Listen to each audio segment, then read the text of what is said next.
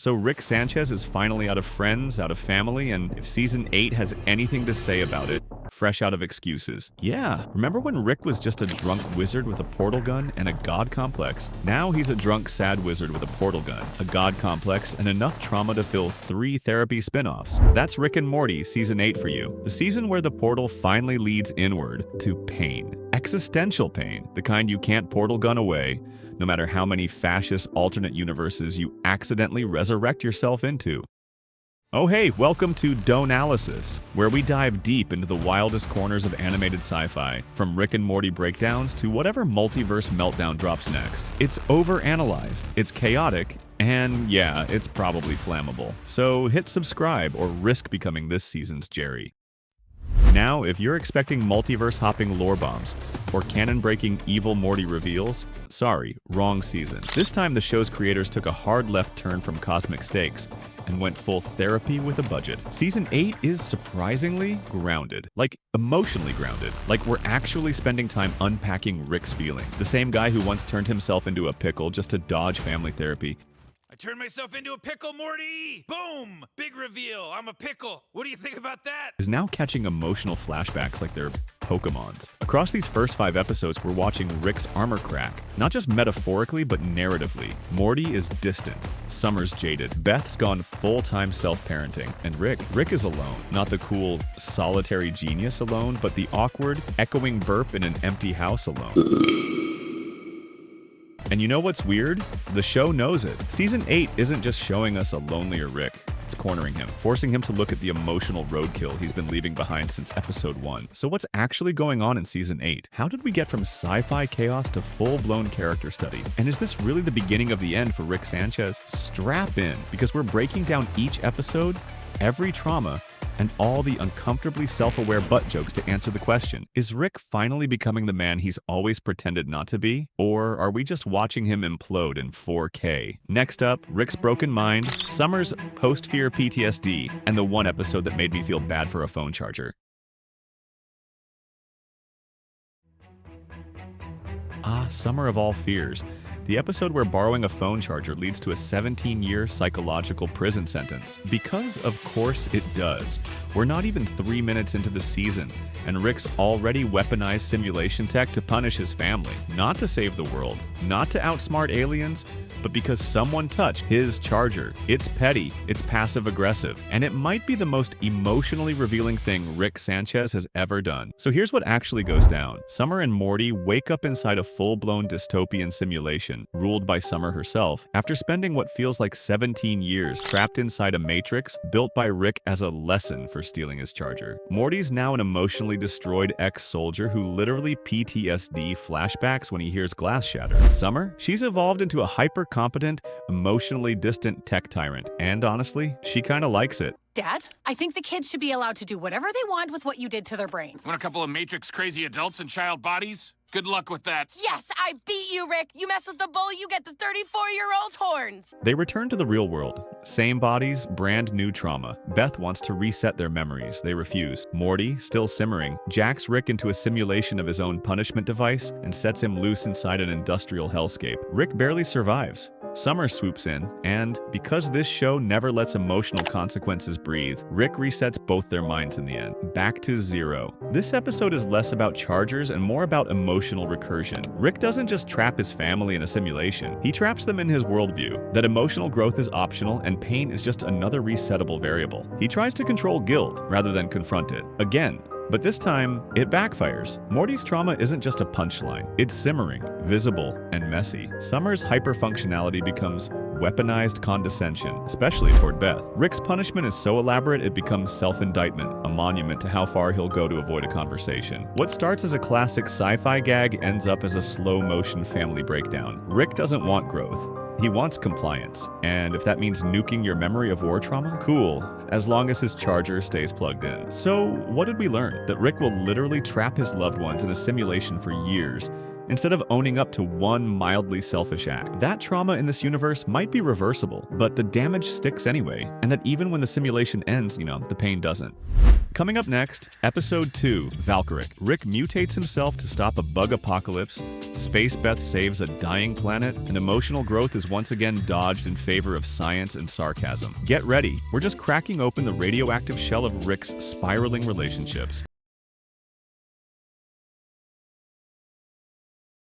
Episode 2 is called Valkyric, and no, it's not about Rick joining an all-female Norse battle choir, though honestly I'd watch that too. Instead, this one's all about mutation bugs, planetary guilt, and Rick's ever-growing allergy to emotional accountability. Because nothing screams character growth like accidentally unleashing a viral apocalypse and still treating it like a lab project. The episode starts with Space Beth calling Rick for help. Her colony's been hit with a full-blown bug plague, and not the fun sci-fi kind. We're talking grotesque body horror, squirming limbs, and people mutating into Cronenberg nightmares. Rick, being Rick, rolls in like an overconfident biomechanic, partners up with a Gromflamite general, and starts whipping up a cure using the most Rick method possible, testing it on himself. He gets progressively more bug-like, going full Kafka meets Bluetooth. Shit, you did it!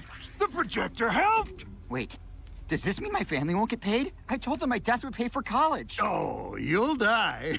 You all die, eventually. Meanwhile, Space Beth is boots on the ground, organizing civilians, fighting infected, and trying not to punch Rick in the face for being, well, Rick. Eventually, he cracks the cure, distributes it, and saves the day, with just enough bug juice left on his lab coat to remind us this was probably his fault to begin with. This episode isn't subtle, it's Rick versus his own ripple effect. We're seeing what happens when the smartest man in the universe is forced to clean up his own mess, without pretending it's someone else's problem. And he doesn't do it out of guilt. He does it because it's interesting, because it's a challenge, because science, baby. But here's the twist. Even though Rick cracks the code, distributes the cure, and saves thousands, he does it with the emotional depth of a guy fixing a printer he broke on purpose. And yet, Space Beth still gives him a look, a nod. That silent moment of, yeah, maybe you're not a total piece of shite today, which for Rick might be the closest thing to love he allows himself anymore. Here's what Valkyric hits us with: accountability. The home edition, Rick finally takes responsibility, but only because the science was interesting. Bug metaphors. Everyone's mutating, but Rick's real transformation is learning nothing. Family respect, kinda. Space Beth trusts Rick. Barely. He delivers, barely. That counts, right? Science greater than emotions. As always, Rick saves lives but never says sorry. Classic emotionally stunted MVP behavior. So yeah, Rick saves a planet, mutates a little, and earns like half a hug from his space daughter. All in a day's work for a man who thinks empathy is a waste of brain power. Coming up next, Episode 3, The Rick, the Mort, and the Ugly, where Morty goes rogue, Rick joins a bounty-hunting family cult, and the emotional trauma finally catches up to them in a very ugly way. Stick around. It's about to get darker, weirder, and way more personal.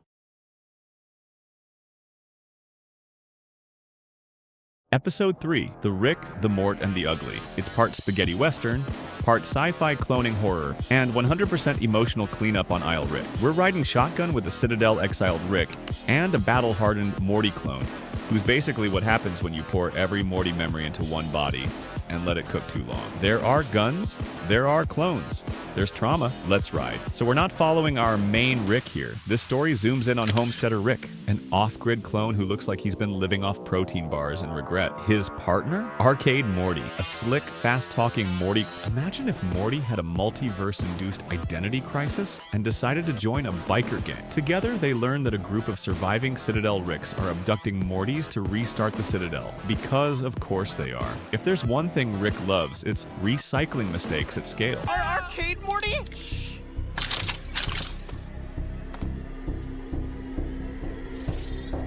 Richard Sanchez! Homesteader Rick and Arcade Morty launch a full assault. Guns blazing, factory doors exploding, clone rescue missions going sideways. It's dusty, brutal, and ends with Rick doing the unthinkable, sacrificing himself to blow up the clone pipeline and save the other Mortys. And in the end, two adorable dice-shaped robots, basically PTSD plushies, wander off into the wasteland, slightly traumatized but still alive. On the surface, this one looks like a gritty side quest, but underneath, it's a mirror held up to C-137, Rick, our Rick. This episode screams, "Hey Rick, remember the Citadel? The endless clone cycles?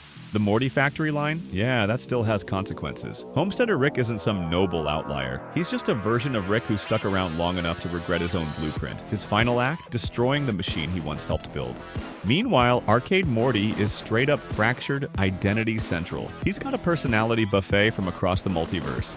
And no real sense of self. Sound familiar? Yeah, it should, because Season 8 is very interested in the idea that Morty's been silently breaking while Rick's been yelling about time travel. This is redemption by proxy. A Rick dies so Morty's can live. Not our Rick, of course, but it's the closest he's ever gotten to emotional accountability, through someone else's funeral. Clones don't clean up after themselves. This is Rick finally forced to face the machine he built through someone else's sacrifice. Morty's trauma is collective. Arcade Morty is what happens when you turn Morty into a multiverse highlight reel. He's cool, but he's cracked. Redemption isn't loud. Homesteader Rick doesn't get applause. He gets exploded, and that's probably what real change looks like in Rick and Morty. Hope equals dice robots? Yeah, 2 little chrome cubes might be the most emotionally functional characters this season. So we've had emotional trauma, bug apocalypses, and clone western revenge. And we're only 3 episodes in. Next up, episode 4.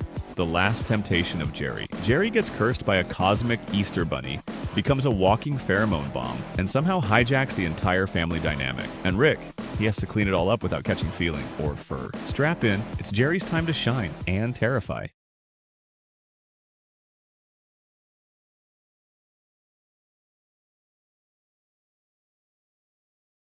Ah, Jerry. Sweet, soft-skulled Jerry. Give him an inch of responsibility and he'll Easter bunny a whole interplanetary religion. Episode 4, The Last Temptation of Jerry, gives us something rare. A Jerry-centric disaster that's both weirdly heartfelt and deeply cursed. We're talking space bunnies, horny pheromones, and one of the darkest post-credit scenes this side of the multiverse. It all starts with Jerry trying to rekindle some innocent Easter spirit by accidentally running over an alien bunny. Oops! Turns out that bunny is part of an intergalactic fertility cult, and its death curses Jerry with uncontrollable pheromones. Now Jerry's basically walking alien ecstasy, and everyone's either chasing him, worshipping him, or running away from him.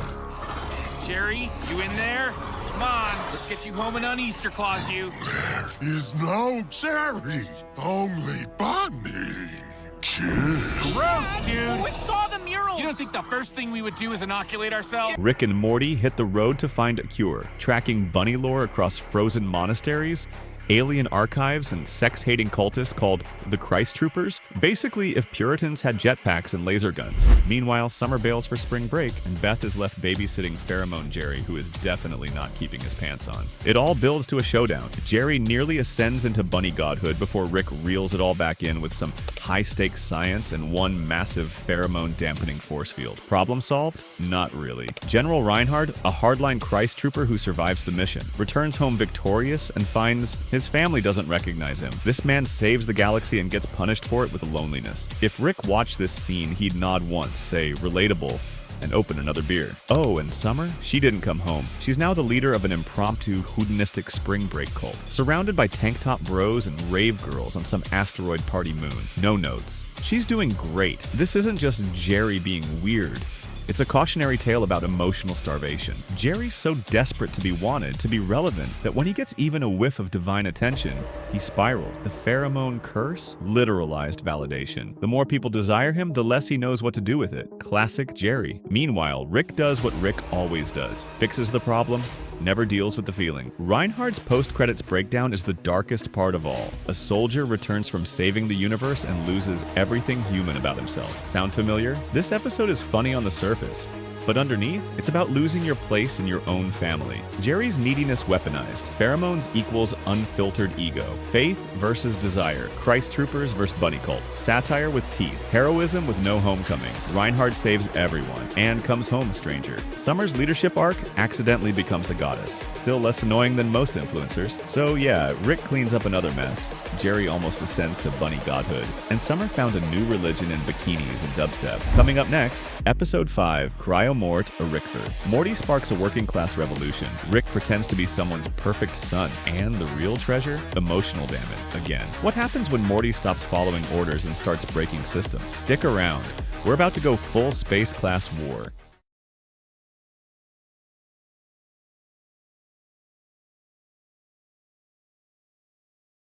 Episode 5, Cryo Mort. A Rickver, which sounds like a rejected Bond title but plays more like Snowpiercer.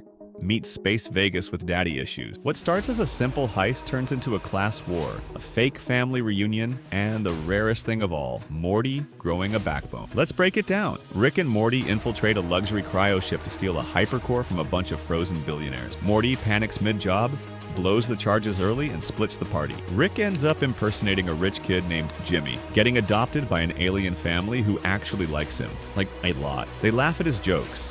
They emotionally validate him. He's thriving. Meanwhile, Morty's stuck in janitor mode, scrubbing toilets with Makeys, the literal working class of the ship. And in true Morty fashion, he stumbles into becoming their messiah. Cool. Who cares? Get me out of here! I'm literally scooping shit by hand! Good. You made your bed. Lay in it. Give me the car keys! No, we're not leaving. Yes, we are, you pretty shit! Damn! Chacho's giving that old rich kid a piece of his mind! Give them to me, you takey scum! The Makeys think Morty is one of them and rally behind him. They start ripping out their control chips. Cue riot. Rick's fake family throws him a key ceremony. Morty's union uprising turns into full-scale revolution. And then they open the vault. It's empty. The real thieves are long gone, sipping cocktails on some casino planet, while everyone else tears each other apart. So Morty does the unthinkable, flushes the loot. Rick reroutes the chip system to stop the chaos. And somewhere off-screen, a sentient poker-playing monkey named New Lizzie walks away richer than everyone. This isn't just a heist gone sideways, it's about who Rick and Morty are when they're not stuck in the same dynamic. Rick plays pretend son and kinda loves it. He's charming, he's polite, he eats dinner with a fake dad and actually listens. And for a second, he gets what he never got from his own family, unconditional approval. Morty, meanwhile, finally picks a side. Not Rick's, not well. He chooses a bunch of oppressed janitor aliens and literally becomes the spark that lights the fire. And the payoff? There is no payoff. The vault is empty. Because in Rick and Morty, the loot is never the point. The trauma you unlock trying to get it, that's the real treasure. Fake families over real ones. Rick gets more love in a weekend than from his own bloodline. Morty the martyr. He's no longer Rick's errand boy. He's leading revolutions now. No such thing as a clean score. The vault's empty. The consequences? Very full. Identity is fluid. Rick becomes Jimmy. Morty becomes a legend. No one goes back the same. So Morty stages a class revolt. Rick gets adopted by space boomers, and the actual treasure was the emotional damage we unpacked along the way. Next up, Episode 6, The Curix's Case of Benjamin Button, time travel, Beth age swapping, and Rick facing something even scarier than god-level tech, parenting. You don't want to miss it.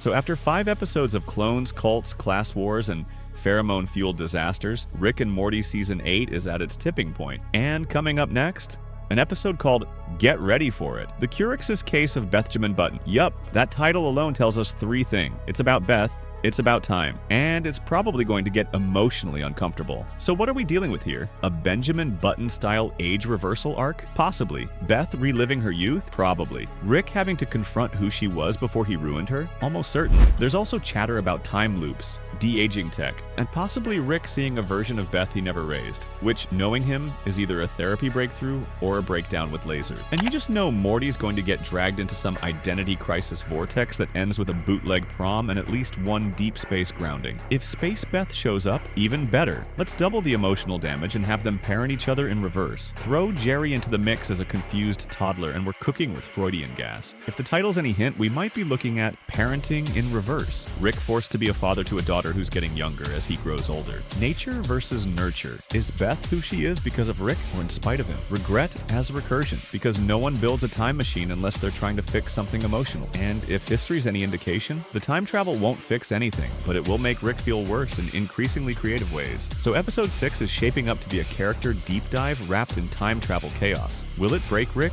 Will it fix Beth? Will we get a scene where Morty has to babysit a toddler version of his mom? Only time and Adult Swim's release schedule will tell. Season 8 isn't just character study, it's character collapse. Rick's lost the family, the facade, and maybe even the fight. The sci-fi is still wild, sure, but it's the quiet scenes, the awkward dinners, the lonely resets, the silences that hit hardest. Because you don't need a council of Ricks to break a man. You just need enough time for his family to stop needing him. Make sure you're subscribed, because as soon as it drops, we'll be diving in faster than Rick abandons emotional accountability. Selfish content continue. Stay tuned.